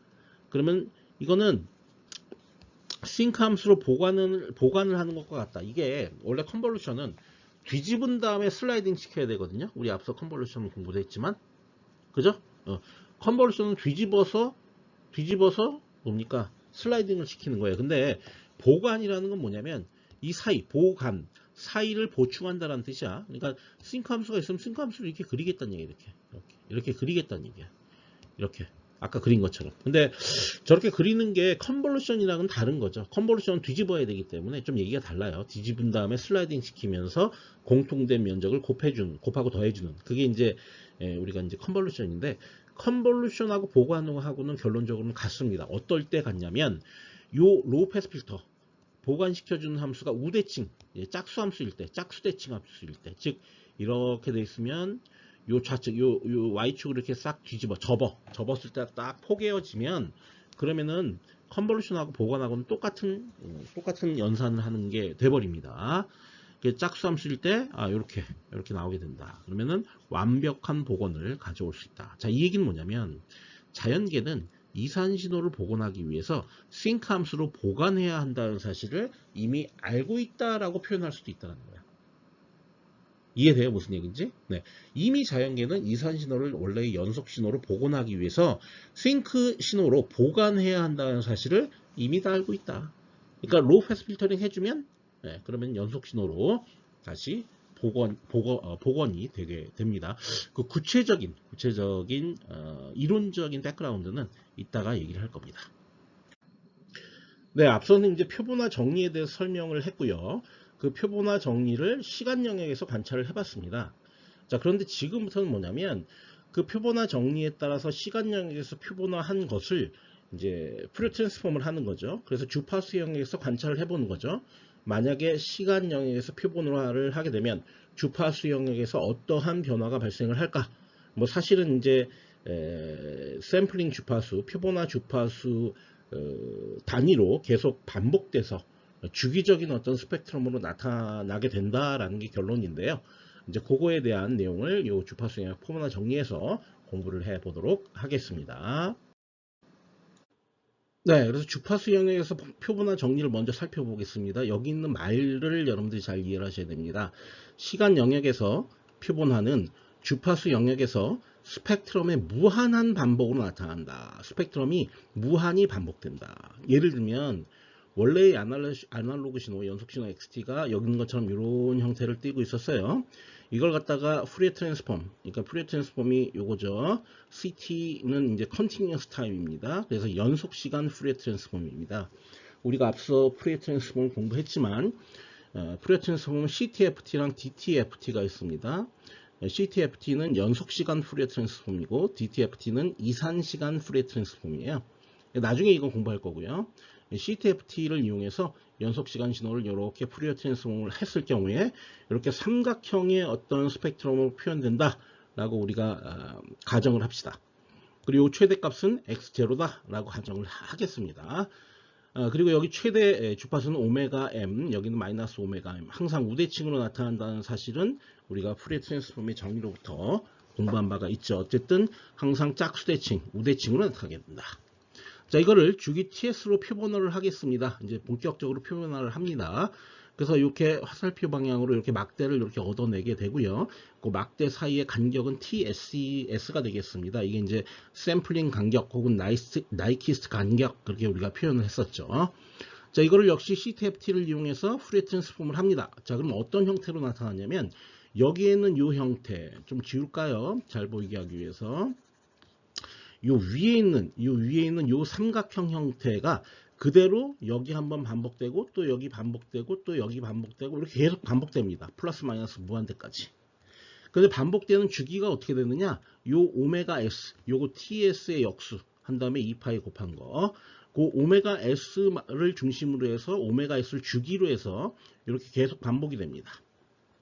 이해하시겠어요? 무슨 얘기인지? 예, 이렇게 반복이 됩니다. 이것도 나중에 수학적으로 다 증명할 겁니다. 그래서 이 시간 간격 TS로 샘플링을 하게 되면 주파수에서는 TS분의 2파이, 이게 이제 오메가 S인데 오메가 S 간격으로 주파수 스펙트럼이 반복돼서 나타난다. 이해하시겠죠? 다만 그런데 중요한 것은 이 X0 크기가 TS로 스케일링이 되고 있어요. TS로 나눠지고 있단 말이에요. 여기 지금 자세히 보면 다시 줄게요. 여기 보면 TS로 나눠지고 있다는 사실을 여기 있죠. 여러분들이 잘 이해를 하셔야 됩니다. 그래서 크기는 좀 요거에 비해서 작아졌다는 거죠. 그죠? 그리고 주기 오메가 S T분의 2파이로 계속 반복되고 있다. 요 중심점이. 그리고 요거 요렇게 되고 요렇게 되면 요 겹치면 안 되죠. 예를 들어서 요 오메가 S가 요 TS 간격이 너무 넓어서 요 오메가 S가 너무 작아지는 거죠. 이게 넓어지면 요게 오메가 S가 작아지겠죠. 작아지면 어떤 현상이 발생할 수가 있냐면 제가 다른 색깔로 그려볼게요. 이렇게 돼. 이렇게. 그럼 요 스펙트럼하고 요 스펙트럼이 겹치게 되죠. 겹치는 면적이 요거죠. 겹치면 안 됩니다. 겹치면 안 됩니다. 겹치게 되면 어떤 문제가 있냐면 제가 이제 로우 패스 필터로 로우 패스 필터를 이용해서 원신호를 복원한다고 그랬는데 여기서 중요한 사실을 하나 알 수가 있죠. 여기 빨간색으로 이렇게 네모를 해놨는데 요거에 해당하는 필터, 로우 패스 필터로 요 가운데 것만 쏙 걸러내는 거죠. 나머지 이거 다 죽여버리는 거죠. 로우 패스 필터링에서. 그럼 다시 이 위치로 돌아가는 거 아니에요. 맞죠? 다만 로우 패스 필터의 이득은 TS여야 되겠죠. 왜냐하면 여기 TS로 스케일링이 됐었기 때문에 TS를 다시 곱해야 높이가 똑같은 높이로 맞춰지게 되기 때문에. 그죠? 앞서 우리가 로우 패스 필터로 복원을 한다고 그래서 복원을 한다는 게 시간 영역 신호 요것을 이렇게 바꿔준다는 거니까 주파수 영역에서는 로우 패스 필터를 통과시키면 원래 신호로 간다. 다만 그러나 TS를 로우 패스 필터의 이득이 TS여야 된다. 그죠? 예, 그렇게 이제 우리가 이해를 하면 되겠습니다. 그런데 만약에 겹쳐지면 어떻게 되겠어요? 이렇게 겹쳐지면 여기 겹쳐지는 게 있죠. 여기 로우 패스 필터 통과시켜도 원신호를 복원할 수가 없죠. 왜냐하면 이 겹쳐지는 면적 때문에 여기 굉장히 값이 커지겠죠. 그러면 원래 형태, 이 형태대로 걸러지지 않게 되는 문제점이 있겠죠. 이해되시죠? 무슨 얘기인지. 그래서 아까 우리 전에 시간 영역에서 얘기한 것처럼 오메가 S는 오메가 M의 2배 이상 돼야 된다는 얘기가 자, 이 그림 한번 살펴보세요. 여기서부터 여기까지가 얼마입니까? 오메가 M입니다. 그리고 여기서부터 여기까지 얼마입니까? 오메가 M이죠. 그러니까 오메가 S는 이 오메가 M에 이 오메가 M을 더한 것보다 커야 되겠죠. 그래야만 겹쳐지지 않겠죠. 그래야만 로우 패스 필터를 적용할 수가 있을 거란 말이에요. 그죠? 그래서 앞서 얘기했던 요게 증명이 어떻게 보면 그림상으로 되는 거죠. 오메가 S는 2오메가 M보다 커야 된다는 사실이 여기서 증명이 되고, 또 앞서 복원을 할 때 로우 패스 필터를 이용해야 된다는 사실도 여기서 간접 증명이 다 되는 거죠. 이해되시죠? 네, 그렇습니다. 자, 근데 실제로 이렇게 CTFT, 즉, 요 이산 신호, 지금 이거는 요 연속 신호를 푸리어 트랜스폼한 거고, 요건 요 파란색으로 되어 있는 요 샘플들을 푸리어 트랜스폼한 거예요. 그죠? 요 샘플들, 요 이산 신호를 푸리어 트랜스폼한 게 이런 형태로 나타난다는 얘기예요, 지금. 그러면 식으로 따지면 이렇게 됩니다. 요 XN, 다른 색깔로 해볼게요. 요 XN을 푸리어 트랜스폼하면 x 델타의 오메가, 요게 x 델타의 오메가인데 그게 어떻게 얻어지냐면 이렇게 얻어진다는 거예요. 원래 요 xn, 요 xt의 푸리어 트랜스폼이 x 오메가죠. 요 x 오메가를 그대로 끌고 와서 자 오메가 기준으로 마이너스 n의 오메가 s 간격으로 계속 반복되는 걸 요 식에서 표현을 하고 있죠. n이 마이너스 무한대에서 플러스 무한대니까 이렇게 쭉 반복된다. 요거 하나 생기고, 요거 생기고, 요거 생기고, 요거 쭉 다 반복된다라는 걸 표현하고 있죠. 그죠? 예, 그렇습니다.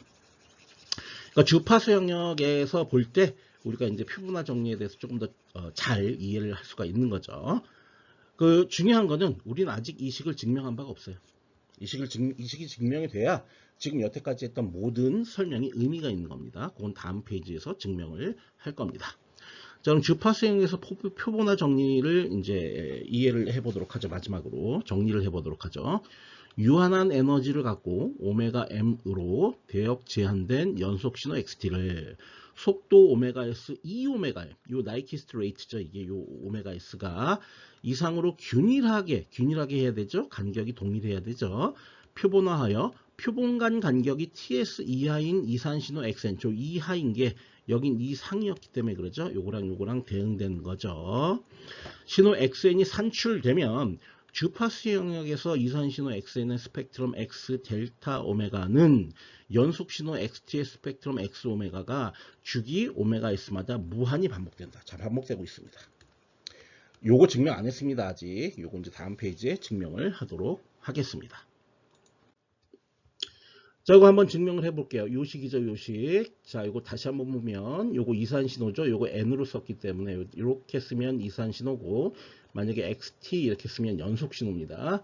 자, 그거를 이렇게 푸리어 트랜스폼을 했습니다. 하면, 기존의 요 XT의 푸리어 트랜스폼을 X 오메가라고 할 때, 그게 계속 반복되고 있다. 그죠? 요 XN을 오메가를, 푸리어 트랜스폼 하면, 요거를 증명을 한번 해 보도록 하겠습니다. 저희 그림상에 여기 XT 연속 신호가 있고요. 이 연속 신호가 XN으로 이렇게 바뀐다고 한번 생각해 봅시다. 이 바뀌는 작업은 사실 뭐랑 하냐면요. 곱을 하는 거예요. 어떻게 곱을 하냐면 요거 곱하기 이렇게 돼갖고 이렇게 된 거. 동일한 크기의 요 임펄스들 쭉 좌우로 펼쳐져 있는, 여기도 무한히 펼쳐져 있고 이쪽도 무한히 요 두 개랑 곱하는 겁니다. 그러면 이게 나오게 되겠죠. 그죠? 그럼 요 XT는 요 XT 앞에 썼고요. 이렇게 요 XT 요거 그대로 이렇게 쓰면 되고요. 그 다음에 여기 델타, 임펄스열이 무한히 펼쳐져 있는 건 식으로 요렇게 쓸 수가 있겠죠. 델타 함수의 열로 쓸 수가 있습니다. 간격은 TS겠죠. 왜냐면 여기가 TS니까. 그죠? 이해되시죠, 이거? 자, 이걸 곱을 합니다. 곱을. 그 다음에 여기 이제 2파이분의 1이 있는데요. 이 2파이분의 1은 우리가 이제 그 개수를 맞춰주기 위한 거예요. 그냥 2파이분의 1이 필요하다라고 일단 생각하시면 됩니다. 자, 이걸 곱을 했습니다. 곱을 했으면 시간 영역에서의 곱은 우리 푸리어 트랜스폼에서 공부했지만 주파수 영역에서 컨볼루션이죠. 그래서 요 XT를, 여기는 XT를 요거를 요렇게 X 오메가로 바꾸고요. 주파수 영역으로. 그 다음에 여기는 델타 함수 열 있죠? 요 델타 함수 열도 주파수 영역으로 바꾸면 똑같은 델타 함수 열이 됩니다. 이렇게.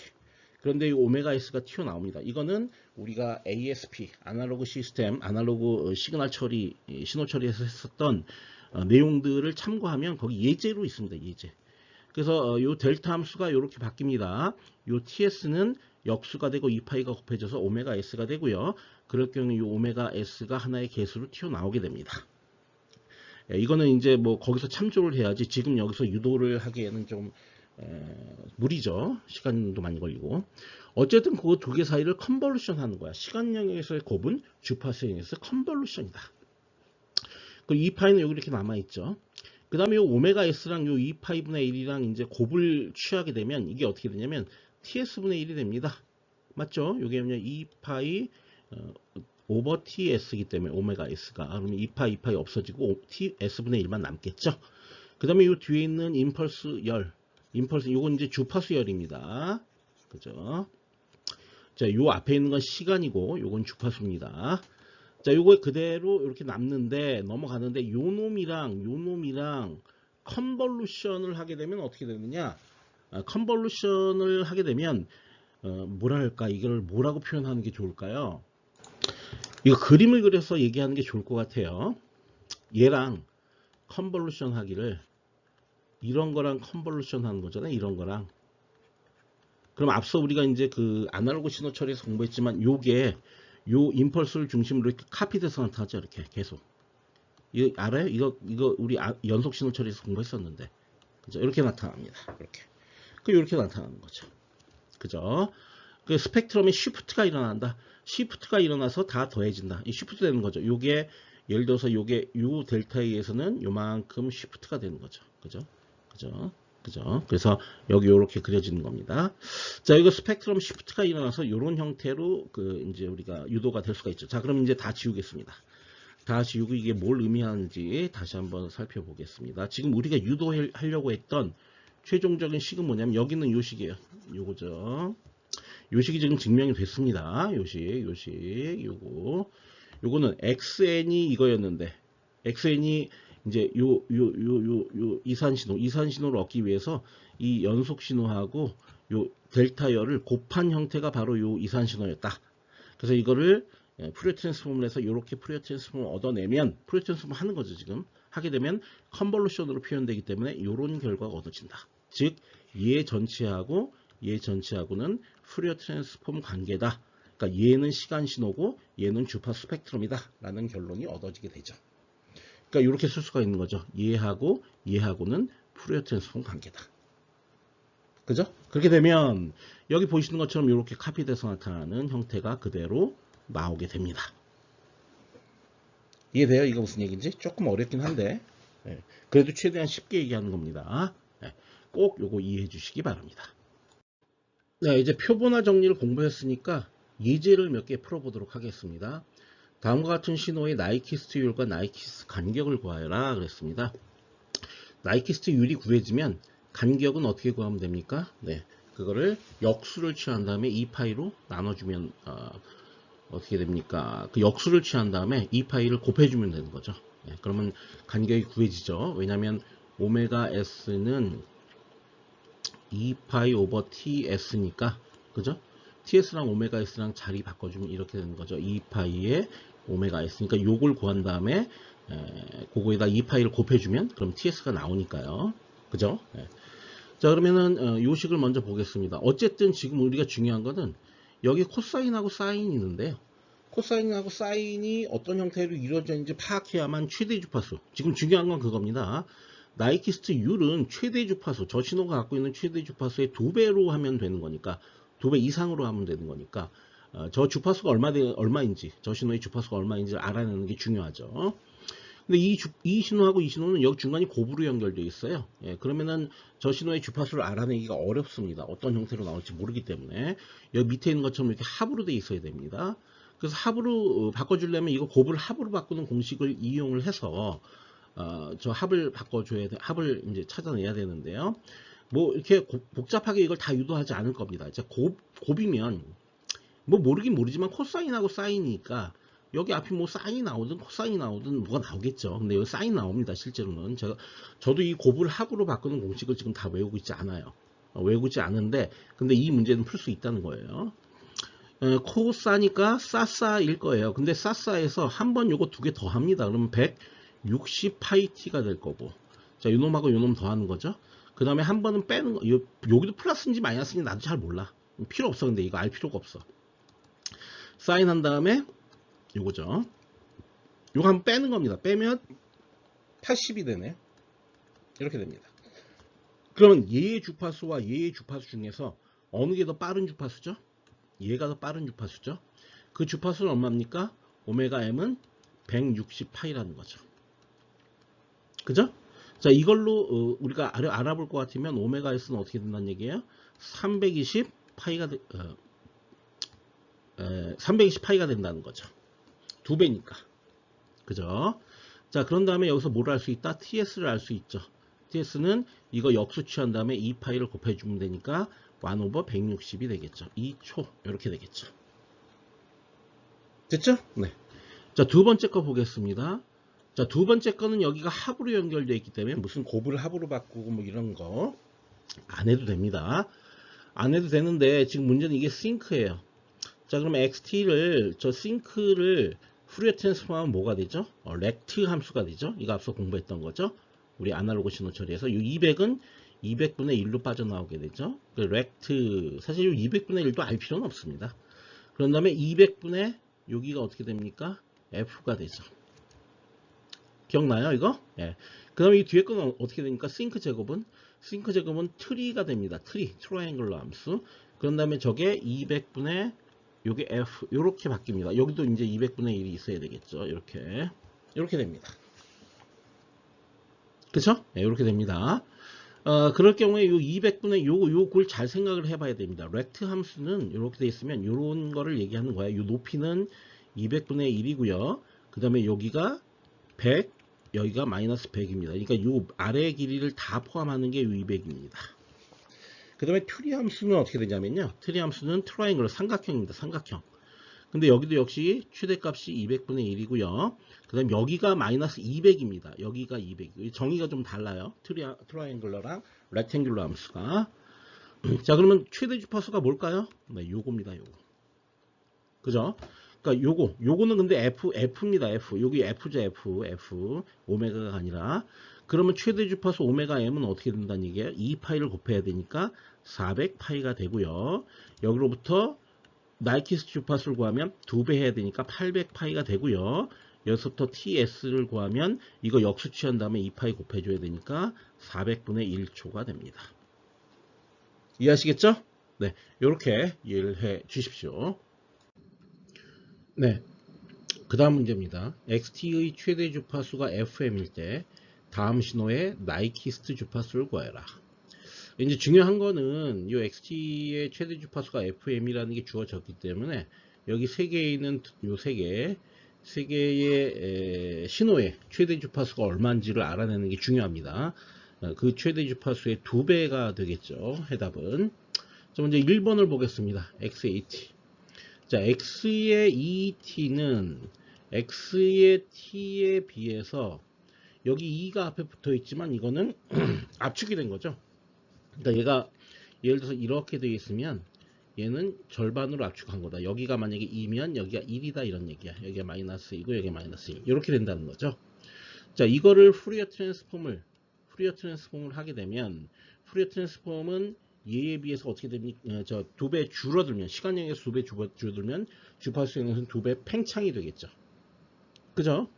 급격하게 변했으니까 이거에 비해서 이게 따라서 이 XET라는 놈, ET가 가지는 최대 주파수는 얼마가 되냐면 2FM이 됩니다. 왜냐하면 이 XT가 FM이었기 때문에. 따라서 요거의 나이키스트 주파수는 2배를 하면 되겠죠. 4FM이 됩니다. 이해되시죠? 다음 2번을 보겠습니다. X의 제곱의 T입니다. 자, X의 제곱의 T는 XT의 곱하기 XT죠. 자, 이거를 주파수형에서 보면 XF의 XF를 중간에서 컨볼루션 하는 거죠. 어떤 두 개의 신호가 똑같은 게 있습니다.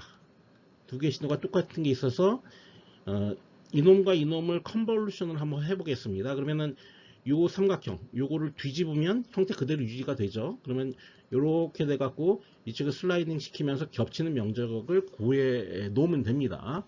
근데 이런 식으로 여기의 폭과 여기의 폭이 똑같은 요거 이제 요 두 개 여기는 이제 EFM이 되겠죠. 왜냐면 여기가 FM이니까 최대 주파수가 FM이라고 그랬잖아요. 첫 번째. 그죠? 요거를 이제 하다 보면 이게 어떻게 되냐면 폭이 4FM인 신호가 됩니다. 즉 뭐 이게 삼각형하고 삼각형이니까 뭐 예를 들어서 이렇게 되고 여기가 EFM 마이너스죠. 여기가 EFM 이렇게 된다는 거죠. 최대 주파수 뭐예요? 요 놈이잖아. 그죠? 그래서 컨볼루션을 하게 되면 원래 갖고 있던 어떤 그 주파수 폭의 2배가 된다는 거예요. 그럼 이것도 역시 나이키스 주파수는 2배 한 4FM이 되겠죠. 그죠? 다음 3번을 보겠습니다. XT의 코사인 2파이 FCT. 자, XT가 예를 들어서 이렇게 돼 있어. 이렇게 돼 갖고 여기가 FM, 여기가 마이너스 FM. 우리 FM이 최대 주파수라고 그랬으니까 이거랑 이제 곱합니다. 곱하는데 코사인 2파이 FCT랑 곱합니다. 그러면은 이거는 이렇게 돼 갖고 여기 그래서 여기가 FC고 여기가 마이너스 FC고 이렇게 되겠죠. 요게 이제 코사인이죠. 코사인. 그리고 크기는 이제 2분의 1입니다. 자, 여기서 이제 요 놈이랑 컨볼루션을 하게 되면 쉬프팅이 일어나죠. 그래서 요게 요렇게 될 거 아니에요. 그죠? 그럼 이게 최대 주파수겠죠, 여기가 얼마입니까? 여기는 FC에 플러스 요 간격이 FM이니까 FM이 됩니다. 이게 최대 주파수죠. 그러니까 이거의 나이키스 주파수는 여기다 곱하기 2 한 거죠. 이렇게 한 다음에 전체적으로 곱하기 2 하면 나이키스 주파수가 나오게 됩니다. 이해하시겠죠? 자, 요렇게 여러분들 구해 주시면 되겠습니다. 자, 우리가 이제 주파수 영역에서 표본화 정리가 어떤 의미를 갖는지를 얘기했고요. 자, 요걸 기초로 해서, 자, 요건 이제 샘플링 주파수, 표본화 주파수고요. 이건 메시지의 주파수입니다. 메시지의 주파수의 2배 이상으로 표본화 주파수를 빠르기를 2배 이상으로 해야 된다. 근데 왜 이렇게 돼야 될까? 이거에 대해서 좀 물리적으로 왜 이렇게 해야 되는지를 고찰을 해보도록 하겠습니다. 자, 이 그림을 통해서 왜 오메가 S가 오메가 M보다 2배 이상이 돼야 되는지를 확인을 다시 한번 해보겠습니다. 지금 이제 이게 원래 내가 보내려고 하는 정보 신호죠. 그거의 스펙트럼이 이렇게 표시된다고 가정하고 이게 최대 주파수가 되겠습니다.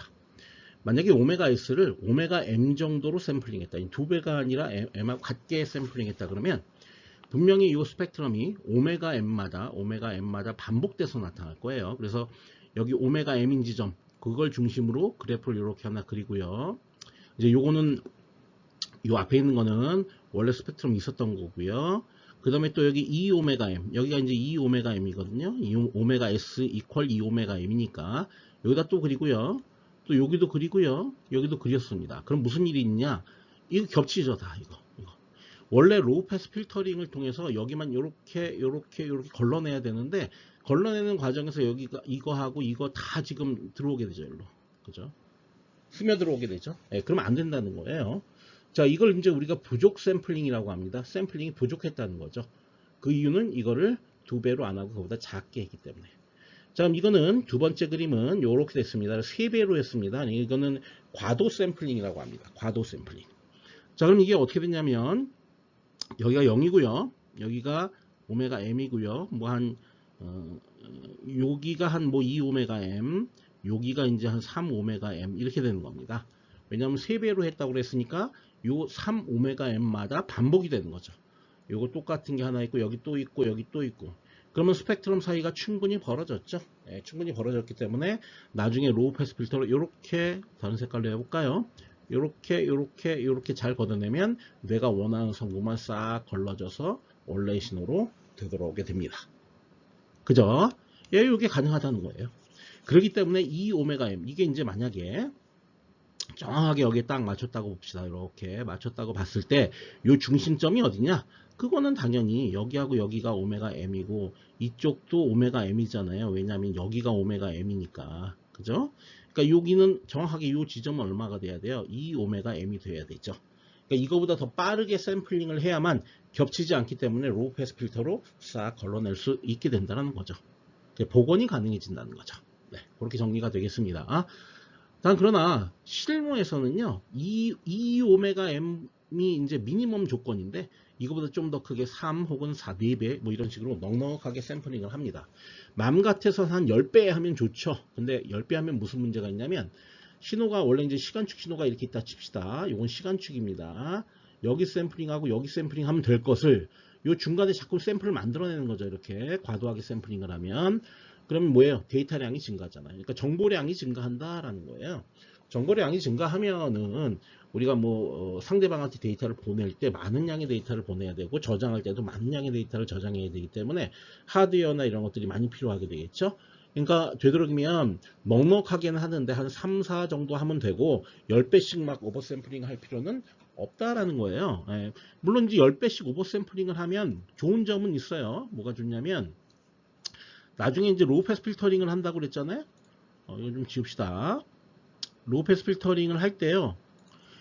요걸 이제 로우 패스 필터가 원래는 이렇게 돼야 돼요. 주파수 응답이 이렇게 돼야 되는데 이렇게 주파수 응답이 샤프하게 떨어지는 필터를 만들기가 힘들거든요. 그럼 어떻게 하냐면 이렇게 됩니다. 이렇게 실제로는 이렇게 만들어야 됩니다. 이렇게 만들어야 되는데 이 로우 패스 필터를 설계하는 노고 혹은 로우 패스 필터의 복잡도 이런 걸 상당히 낮출 수가 있죠. 오버샘플링을 많이 하면. 그리고 좀 대충 이 로우 패스 필터를 설계해도 이 뒤 옆에 있는 인접 이건 이제 이게 복사본이라고 하는데 복사본 이것도 복사본이라고 합니다. 이 복사본들이 멀리 떨어져 있기 때문에 로우 패스 필터를 만드는 복잡도나 이런 것들을 낮출 수가 있는 장점은 있지만 실제로는 정보량이 증가한다는 문제점 때문에 막 10배씩 하지는 않습니다. 그래서 오메가 S 이퀄 E 오메가 M 이게 나이키스트율인데 이 이상이어야 겹치지 않고 이 겹치지 않는다는 것, 요 겹치는 현상, 이걸 우리가 뭐라고 부르냐면 엘리어싱이라고 부릅니다. 다시 쓸게요. 알리아스입니다. 알리아스. 이 알리아스가 복사본이라는 뜻이에요. 복사본. 여기다 이렇게 ing를 붙이면 에일리어싱, 복사본이 겹치는 현상, 그게 에일리어싱입니다. 알리아스는 복사본이고 에일리어싱은 복사본이 서로 겹치는 현상을 에일리어싱이라고 부릅니다. 그래서 에일리어싱이 발생하지 않는다는 거예요. 또 LPF의 구현 난이도를 위해서 과도 샘플링이 추천됩니다. 그래서 한 3배나 4배 정도 과도하게 샘플링을 하지만 아주 크리티컬하게 2배만 딸랑하지는 않는다. 그렇지만 막 10배씩 하거나 그렇지는 않다라는 거예요. 자, 이제 최종적으로 결론이 되는 말을 읽어보겠습니다. 표본화에 의해 반복되는 주기적 스펙트럼 중에서 기저대역 성분을 겹치지 않게 걸러내기 위해 기저대역 성분이라는 건 요 영주파수를 포함하는 요 놈을 걸러내야 된다는 겁니다. 그래야 다시 원위치로 되돌아오니까 이 위해서는 오메가 S가 이 오메가 M보다 커야 된다. 이상적인 표본화 주파수 오메가 S 2 오메가 M을 라이키스트 율이라고 하며 이보다 빠르면 과도 표본화, 이보다 느리면 부족 표본화라고 한다라는 거예요. 그죠? 요거 잘 이해하시기 바랍니다. 자, 그 다음 장표에서 얘기하려고 하는 것은 요 이제 오메가 S가 오메가 M의 2배보다 크게 샘플링을 했어요. 약간 오버 샘플링을 했어요. 그럴 경우에 어떤 로우 패스 필터를 이용해야 되는가에 대한 내용을 좀 집중적으로 살펴보는 겁니다. 지금 원래 이 신호였는데 이거를 샘플링을 하게 되면 이런 식으로 반복이 돼서 나타나게 되죠. 요게 원본이고 요게 복사본이고 요거 복사본입니다. 이걸 특별히 이제 1차 복사본 여기 또 있으면 요걸 2차 복사본 이렇게 부릅니다. 2차 복사본 글씨를 잘 써야 되겠네요. 1차 복사본 2차 복사본 이렇게 됩니다. 자, 그럴 경우에 로우 패스 필터 아주 아이디얼하게는 이렇게 딱 요렇게 되어 있는 것만 딱 쓰면 되겠죠. 근데 우리는 오버 샘플링, 과도 샘플링을 했기 때문에 여기 간격이 좀 벌어져 있죠. 벌어져 있으니까 비이상적인 필터를 써도 되긴 됩니다. 그죠? 이상적이지 않아도 돼요. 자, 그런데 여기 높이가 예를 들어서 x0라고 치자고요. 그럼 여기 높이는 얼마죠? 네, x0에다가 나누기 ts 우리 샘플링 주기를 표본화 주기를 이렇게 나눠주게 되어 있습니다. 그래서 비이상적인 필터를 사용하든 이상적인 필터를 사용하든 그 필터의 이득은 TS여야 합니다. 여기 보시면 이 필터의 개형이 나타나 있어요. 이 TS가 이렇게 나타나 있네요. 자, 그래서 요게 이상적인 놈, 요게 그리고 비이상적인 놈은 뭐 요렇게 되는 게 맞겠죠. 이렇게 여기 최대 주파수는 어디냐면 오메가 S에서 오메가 M을 뺐습니다. 거기가 어디냐면 여기입니다. 여기. 그러니까 요렇게 되는 거죠. 요렇게. 그죠? 여기가 오메가 S고 그래서 오메가 M을 빼면 여기가 되겠죠. 왜냐면 요 간격이 오메가 M이니까요. 자, 그렇게 이제 비이상적인 필터를 설계할 수 있는 한계를 이렇게 만들어 놓을 수가 있습니다. 규정을 할 수가 있습니다. 어쨌든 우리는 이제 이상적인 걸 얘기하는 거니까 이상적인 걸 이용해서 수식을 몇 개 우리가 세워 보겠습니다. 지금 이 그림은 뭐냐면요. 이렇게 갔다가 이렇게 오면 결국 일로 가는 것과 동일하다. 그러니까 요거만 쏙 뽑아내는 거다. 이렇게 LPF로 복원하는 거다라는 걸 보여주는 그런 그림이 되겠습니다. 그럼 돌려가면서 그렇게 되는지 확인을 해 볼게요. 자, 먼저 이제 이런 필터를 만들어서 이 필터는 이제 이상적인 것만 우리는 이제 먼저 생각을 하기 때문에 요 놈을 생각해 보면 요 폭이 얼마냐면 2ωm입니다. 그리고 렉탱귤러 형태입니다. 그리고 높이는 ts예요. 그럼 이거의 주파수 응답을 식으로 쓰면 ts의 렉탱귤러에 2ωm에 그 다음에 오메가 이렇게 되겠죠. 요게 뭐냐? 요 식입니다. 요식. 이해되죠?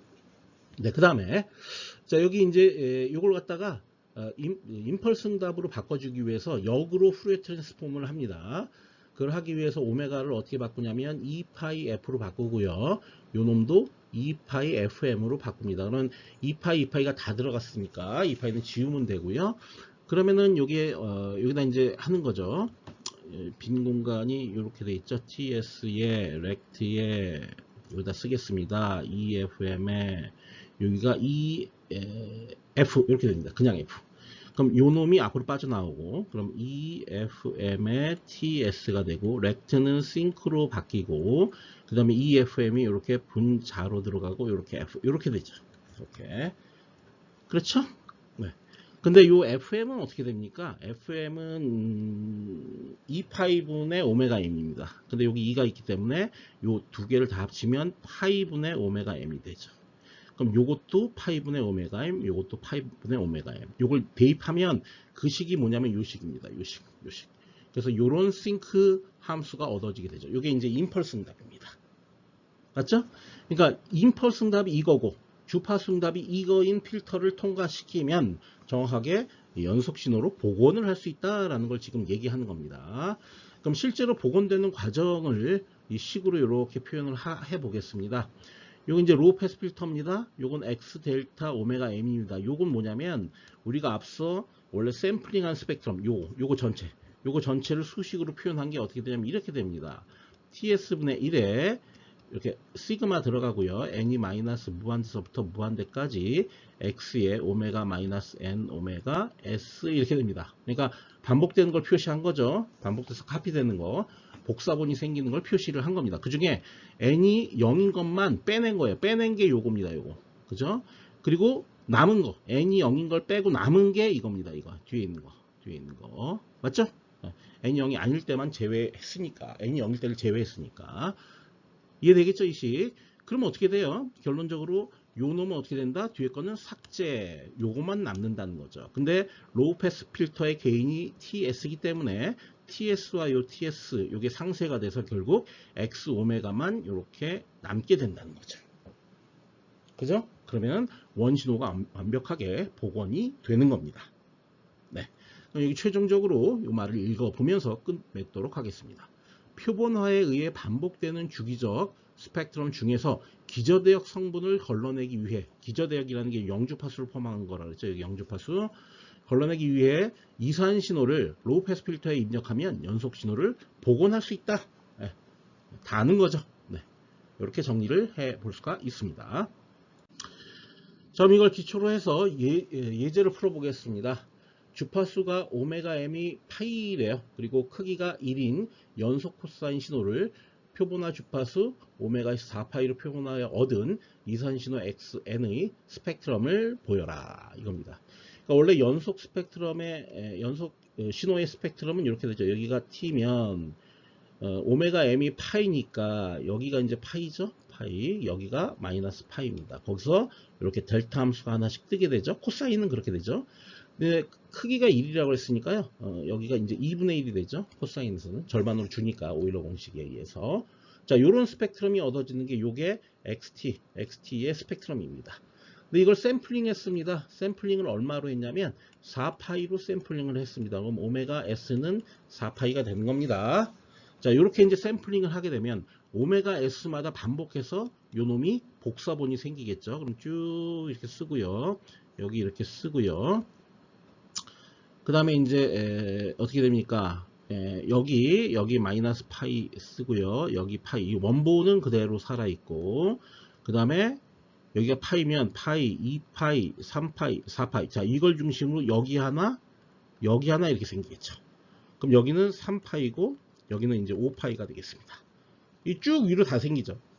이 반대로도 여기가 2, 3, 4 이렇게 되면 여기가 5가 되면 여기 하나 생기고 여기 하나 생기겠죠. 반복이 되니까. 그러니까 요 놈이 그대로 일로 이렇게 반복되고 또 요 놈도 이렇게 반복됩니다. 이런 식으로 여기가 마이너스 3파이고 여기가 마이너스 5파입니다. 여기 마이너스 4파이고요. 여기는 4파이죠. 그러니까 요것마다 여기 0이니까 0, 4파이, 마이너스 4파이, 이쪽으로 가면 8파이, 이 반대로 가면 또 마이너스 8파이 이런 식으로 4파이마다 계속 반복해서 복사본이 생기게 되어 있습니다. 자, 이 스펙트럼, 요 결과가 바로 이산신호, 여기는 XN, 그러니까 XN, 요 놈이 이제 XN의 스펙트럼이 되겠죠. XN의 스펙트럼. 그렇게 됩니다.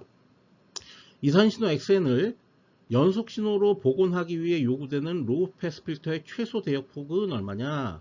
자, 로우 패스 필터는 어디서부터 어디까지 갖다 대야 돼요? 여기. 이렇게 갖다 주면 요거하고 요것만 싹 걸러지고 이거 삭제가 되겠죠? 그럼 이 로우 패스 필터의 대역폭은 파이입니다. 파이. 이제 이게 기저대역이기 때문에 영주파수를 포함하는 기저대역이기 때문에 로우 패스 필터는 여기서부터 여기까지만을 기준으로 합니다. 네, 그렇습니다. 만약에 필터를 이렇게 된다, 뭐 이렇게 된다. 그럼 이거의 필터의 대역폭은요 2파입니다. 왜냐하면 3부터 5파이까지. 그러니까 0을 포함할 때는 반만 계산해야 되고요. 0을 포함하지 않을 때는 전체 다를 계산해야 됩니다. 네, 필터의 대역폭을 얘기할 때. 그래서 최소 대역폭은 파이가 됩니다. 이해하시겠죠? 네, 그렇게 이해해 주시길 부탁드립니다. 네, 마지막으로 매트랩 실습에 대해 설명을 하겠습니다. 네, 실습은 두 개가 있는데 첫 번째 것부터 한번 보도록 하죠. 사각형 펄스의 CTFT 쌍이 이제 렉트 같은 경우에는 싱크죠. 원래 이제 여기 요 위에다 한번 써볼까요? 렉트의 t분의 t 이거죠 원래는. 근데 이거의 푸리어 트랜스폼 페어는 t 싱크의 tf 이렇게 되죠. 그죠? 이거죠. t가 1이기 때문에 그냥 이렇게 그냥 f가 된 겁니다. 자, 싱크하고 렉트는 그런 관계를 갖고요. 싱크 F 같은 경우에는 이 그림상에서 보시면 이제 여기 빨간색으로 되어 있는 거 있잖아요. 이게 렉트의 연속적인 어떤 이제 신호고요. 그거를 푸리어 트랜스폼하면 이런 식의 어떤 싱크, 이제 크기만 나타내기 때문에 원래는 이렇게 되죠. 이렇게 돼야 되는데 다 올린 겁니다. 양수 쪽으로. 이런 싱크 함수가 얻어지게 돼요. 네. 그렇게 되는데 그걸 이렇게 샘플링을 했다는 거죠. 샘플링을 여기 지금 11개를 했습니다. 11번. 이게 이제 10Hz니까요. 0을 포함하기 때문에 11번의 샘플이, 1개의 샘플이 들어가게 되죠. 그러면은 겹치게 되죠. 이게 계속 반복되게 되는데 10Hz로 이제 우리가 샘플링을 했기 때문에 어떻게 됩니까? 여기 이제 쭉 이 옆으로 더 쭉 가면 이쪽으로 또 가면 10Hz가 어디 있겠죠. 거기서부터 이렇게 내려오겠죠. 또 반복이 돼 있겠죠. 근데 이제 하나의 그 메인 롭, 그러니까 뭡니까? 원본만 보여준 거예요, 그냥. 예. 그렇게 됩니다. 그래서 대역폭은 무한히 펼쳐져 있어요. 그러니까 이거 같은 경우에는 FM을 확정할 수가 없다. 즉 오메가M이나 FM을 확정할 수가 없다라는 거죠. 그렇게 되겠죠. 예. 그러니까 이거의 샘플링 레이트는 이게 오메가M 자체가 무한대이기 때문에 샘플링 오메가S도 무한대가 돼야 돼요. 예. 그렇게 할 수밖에 없어. 이거는. 자, 그렇게 되면 무슨 얘기가 되느냐? 결국은 이 오메가 S가 무한대가 아닌 이상은 에일리어싱은 무조건 발생한다. 지금 여기는 이제 하나밖에 그려져 있지 않기 때문에 에일리어싱이 발생 안 하는 것처럼 보이지만 얘에 비해서 얘는 샘플링 레이트, 샘플링 간격이 이게 넓어졌기 때문에 이게 붙습니다. 여기 이게 더 붙었죠. 여긴 더 붙죠. 예. 샘플링 레이트가 점점 이제 간격이 넓어지다 보니까 이 샘플링 레이트는 좁아지죠. 계속. 그죠? 간격은 좁아지죠. 이런 식으로 여기 보면 엘리어싱 요런 데 다 발생하죠. 엘리어싱이. 그죠? 뭐 어쩔 수 없습니다. 싱크는 원래 그래요. 예. 그런 식으로 엘리어싱이 발생을 하고 있다는 거죠. 그 얘기를 여기서 하는 겁니다. 그래서 있으므로 나이키스트 주파수도 무한대가 된다. 따라서 표본화 주파수의 크기와 관계없이 에일리어싱은 항상 발생한다. 예, 주파수를 이걸 아무리 잘게 해도 결국은 에일리어싱이 발생을 할 거다. 사각형 펄스를 주기 ts가 0.1세컨드, fs는 10Hz. 그게 이제 요 두 개 그림이에요. 그죠? 그 다음에 0.2세컨드 5Hz. 그게 이제 요 그림이에요. 요 두 그림. 그죠? 그 다음에 0.4세컨드 2.5Hz. 그게 요겁니다. 요거. 요 두 개 그림. 이걸로 표본화를 수행하면 다음 그림과 같이 복사분간의 간격 fs는 점차 좁아지게 된다. 점차 간격이 여기서부터 여기까지잖아요. 이게 5Hz잖아요. 그죠? 요게 이제 fs죠. 여기서는 여기서부터 여기까지죠. 2.5Hz입니다. 여기. 그죠? 여기는 여기서부터 시작해서 이 뒤로 쭉 가면 여기 이제 10Hz가 되는 지점이 있겠죠. 여기서 또 이렇게 뜨겠죠. 이렇게 하는 식으로. 그죠? 예. 이해되죠? 예. 그렇게 점점 좁아짐을 알 수가 있어요. 그걸 그림으로 그려보라는 거지. 즉, 자, 이 지금 매트랩 실습은 뭘 하자는 거냐면, 먼저, 요 세 개의 신호, 요 시간 신호, 요 첫 번째 거 요거, 두 번째 거 이거, 세 번째 거 이거를 인위적으로 만들어 줍니다. 신호를. 그런 다음에 이걸 이쪽으로 푸리어 트랜스폼을 합니다. 푸리어 트랜스폼. 그죠? 푸리어 트랜스폼 한 다음에 그 트랜스폼 결과를 이렇게 그립니다. 요것도 그렸죠. 또 똑같이 푸리어 트랜스폼. 요것도 푸리어 트랜스폼에서 그렸죠. 그래서 이렇게 나왔습니다. 그죠? 그럼 그게 진짜 스펙트럼이 좁아지는지 한번 그려보고 확인을 다 해보라는 거죠. 그러니까 이거는 이 1번만 확실하게 정리가 되면 이 뒤에 거는 다 똑같이 코드를 하면 되고, 요 시간축 신호만 요 듬성듬성하게 바꿔주면 되기 때문에 첫 번째 1번만 제대로 해주면 됩니다. 근데 이제 1번을 하는 것도 좋고요. 아니면 2번 먼저 해도 좋아요. 2번 먼저 하는 게 왜 좋냐면 요 그래프까지 볼 수가 있기 때문에 요거까지. 그래서 에일리어싱이 발생하는 걸 정확하게 볼 수 있기 때문에 2번 먼저 한 다음에 3번과 1번을 그려서 간격이 점점 멀어짐을 확인을 하시면 됩니다. 그죠? 그래서 이제 그거에 대한 여기 나와 있어요. 그림에 나타난 바와 같이 매트랩을 이용하여 표본화 주기를 줄여가면서 표본화를 수행할 때 복사분간 간격이 좁아지는지 확인해봐라. FFT 사용하지 말아라. CTFT, FFT 아직 여러분 잘 모르니까 그냥 신경 꺼도 됩니다. CTFT 코드를 스스로 작성해라. 우리 CTFT 코드 한번 작성을 해 보십시오. 여러 가지 이제 그 뭡니까 인터넷 찾아보면은 이건 기본적으로 다 나와 있어요. 스스로 작성한 후 활용을 해라. 코드를 구현하면서 포문을 쓰지 말고 행렬의 곱셈의 원리를 이용해라. 그러니까 원래 매트랩에서는 포문 같은 거 쓰는 거 아닙니다. 행렬 곱셈으로 해야만 속도가 빨라지기 때문에 포문을 쓰면 속도가 굉장히 늦어져요. 그래서 되도록이면 행렬의 곱셈의 원리를 이용해서 이 그래프를 그려보시기 바랍니다. 네, 그래서 1장이 다 끝났는데요. 1장의 내용들이 굉장히 수고스럽고 어려운 과정이에요. 1장의 내용들 샘플링 정리에 대해서는 너무너무 중요한 얘기이기 때문에 힘드시더라도 명확하게 이해를 부탁드리겠습니다.